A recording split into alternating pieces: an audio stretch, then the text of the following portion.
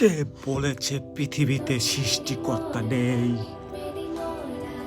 ভগবান আছে, আল্লাহ আছে, যিশু আছে। আমরা মানি না, আমরা মানি না, কারণ আমরা পৃথিবীটাকে টাকার গোলাম বানিয়ে রেখেছি। আমরা যারা মধ্যবিত্ত, গরিব, অনাথ, এতিম, অসহায়, আমাদের কোনো ইচ্ছে নেই সারাদিন পরিশ্রম করে শরীরের রক্ত জল করে পরিবারের সবাই মিলে রান্না করে খাওয়া।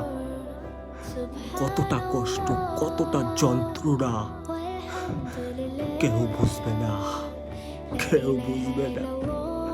পৃথিবীটা টাকার গোলাম হয়ে গেছে, টাকার গোলাম।